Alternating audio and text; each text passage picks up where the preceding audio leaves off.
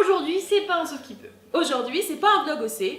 Aujourd'hui, C'est une critique. une critique de film. Et le film qu'on vous a choisi ce soir, C'est... Attends. Pirates des Caraïbes. numéro 6. Non, c'est pas le 6. Enfin, c'est... Attends, pas, hein. attends. 1, 2, 3. C'est le 5, c'est le 5, c'est le 5, c'est le 5. sûr. Mais oui. Tu vois, c'est là que tu vois qu'il y en a peut-être un peu trop de Pirates des Caraïbes. Il y a peut-être un peu trop de Pirates des Caraïbes. À mort. Spoiler à mort, Ah ouais. ne regardez pas cette vidéo si vous n'avez pas vu le film. Moi, je suis allée voir Pirates des Caraïbes parce que c'est un peu mon enfance. Enfin, l'adolescence, tu sais, le début, enfin la sortie de l'enfance, Ouais. début de l'adolescence, enfin le premier Pirates des Caraïbes. Je sais pas, moi on était en 6ème, je sais Ouais. pas, un truc comme ça. C'est ça le passage de l'enfance à l'adolescence, c'est quand tu commences à regarder des films un peu plus sérieux.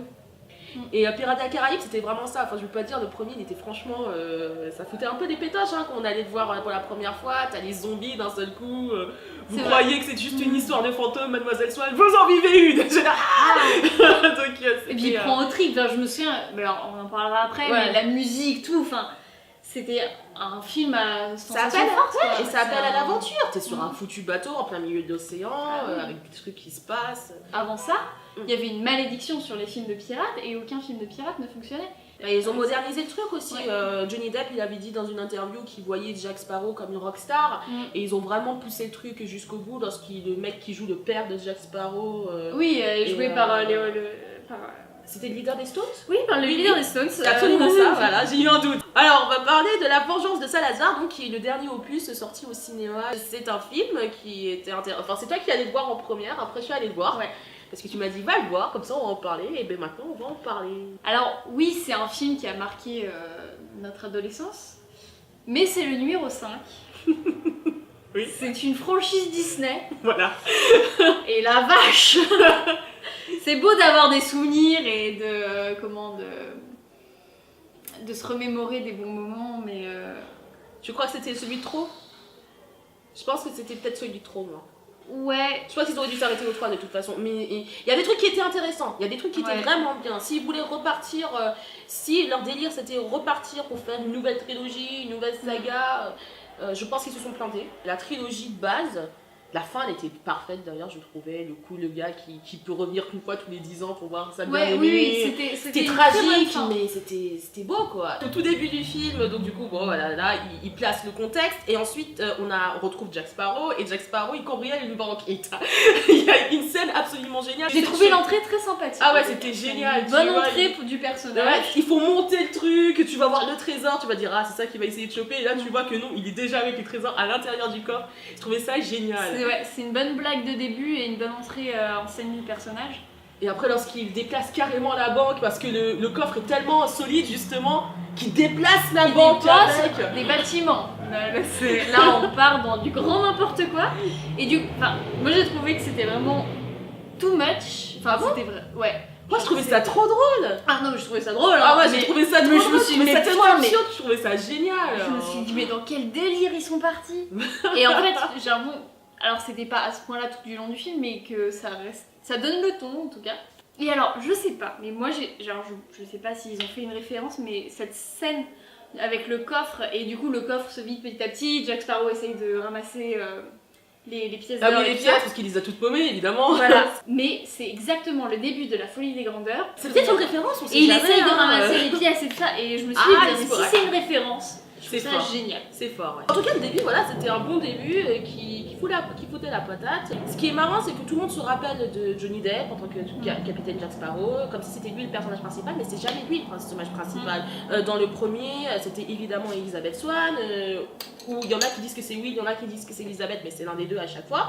Et dans le 4, justement, ils avaient essayé, je pense, de mettre Jack Sparrow en tant que personnage principal, et c'est pour ça que ça n'a pas marché, parce que Jack Sparrow, c'est pas un personnage qui évolue en soi. C'est un Oui. personnage, c'est exactement le même. Oui, c'est toujours le même. C'est toujours le gars, c'est Et Jack encore Sparrow, dans c'est Jack Sparrow, il change pas ce quoi. nouvel épisode, c'est encore le même. Voilà.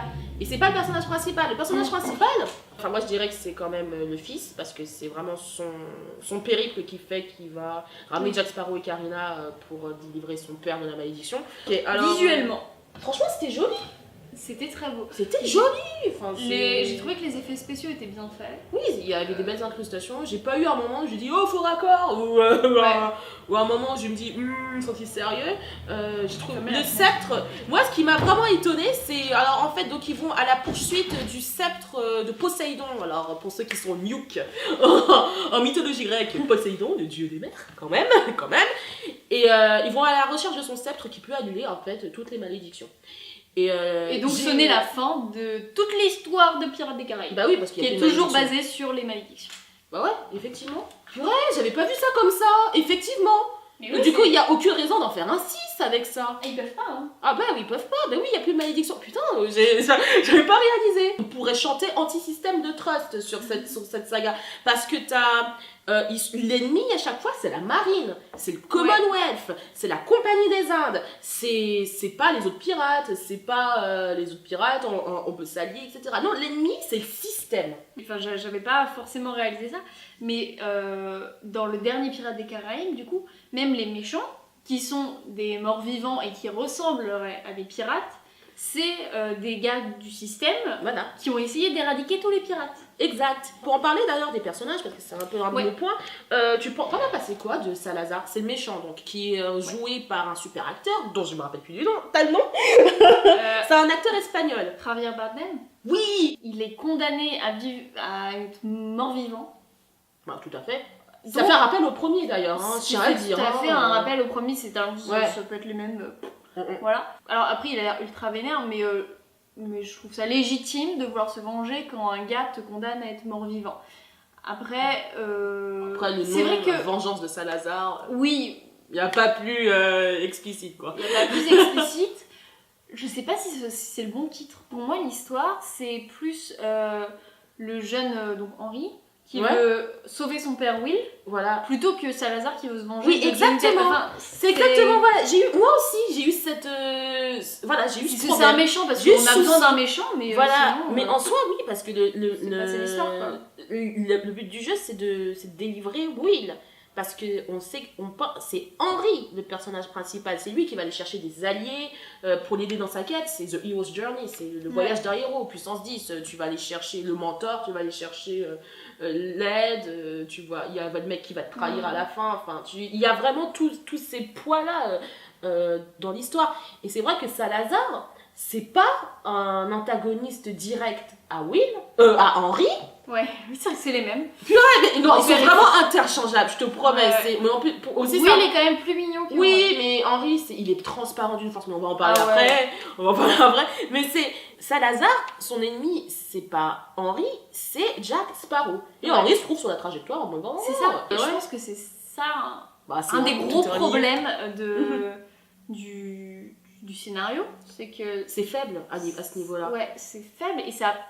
C'est genre plusieurs histoires qu'ils ont collées ensemble en disant ça va tenir, ça va faire un truc. Il y a un truc qui coince, quoi. Il y a un truc qui coince dans le scénario par rapport à Salazar.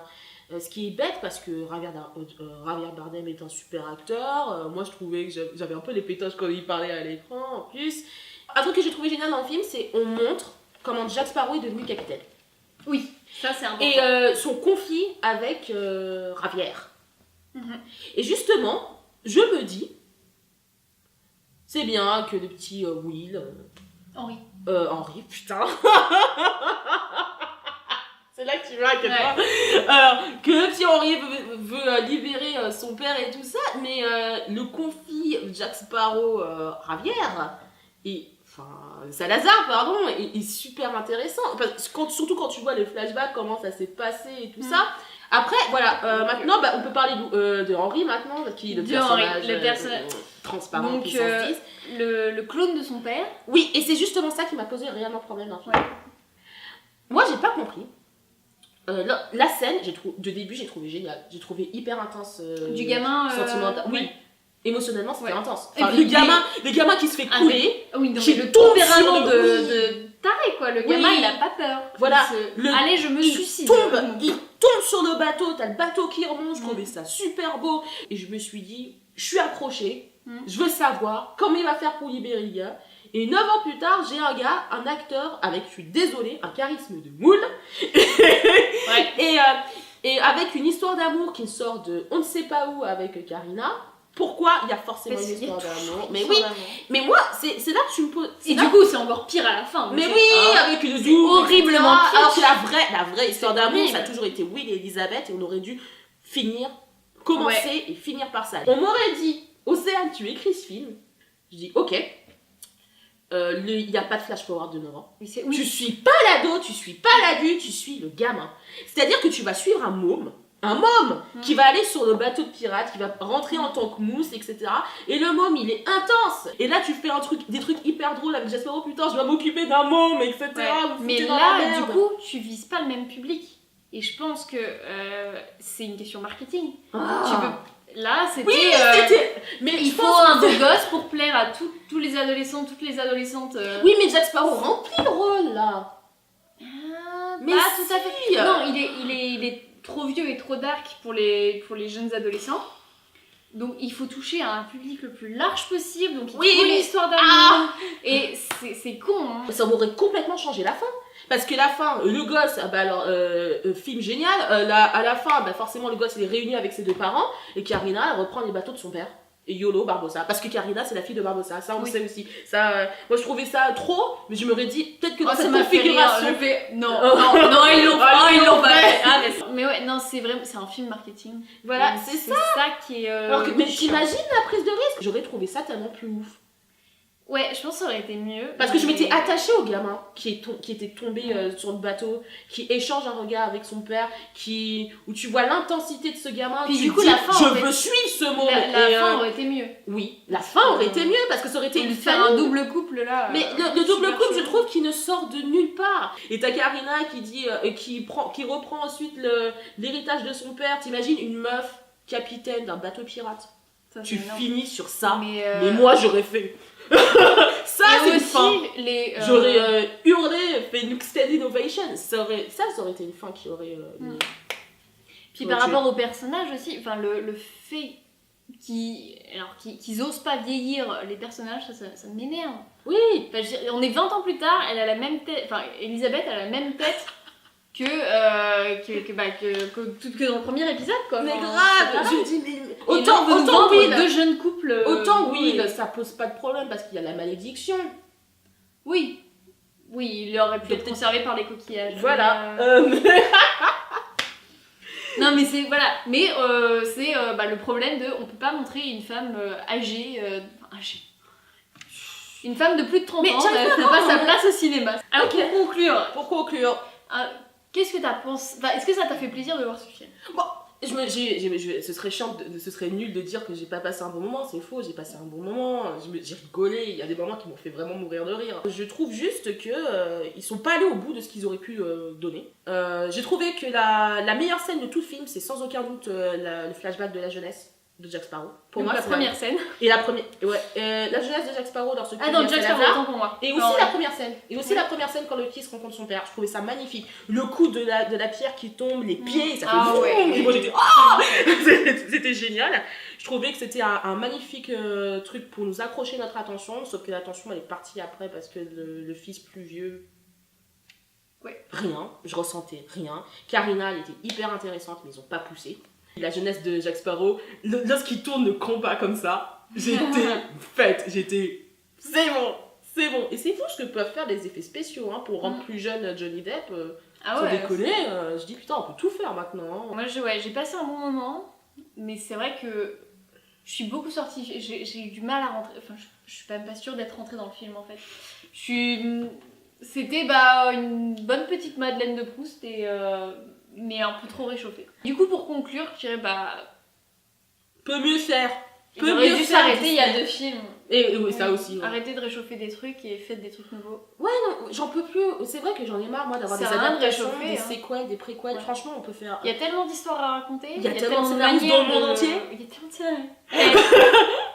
Il y a Voilà. tellement de scénaristes dans le monde entier qui va faire des trucs vraiment Mm. nouveaux et frais et avec des aventures, etc. Non, franchement, donnez-leur leur chance. C'est plus possible d'avoir des préquels et des séquelles et de tirer sur la corde comme ça parce que c'est plus intéressant. Vous m'étonnez que les gens piratent les films ensuite. Ouais. Ils regardent en streaming et qu'ils vont plus au cinéma pour avoir l'expérience complète. Si c'est ce genre d'expérience qu'on a, quoi. C'est bien d'avoir la forme, mais il faut avoir du fond. Voilà. C'est sûr des beaux mots. Allez, non.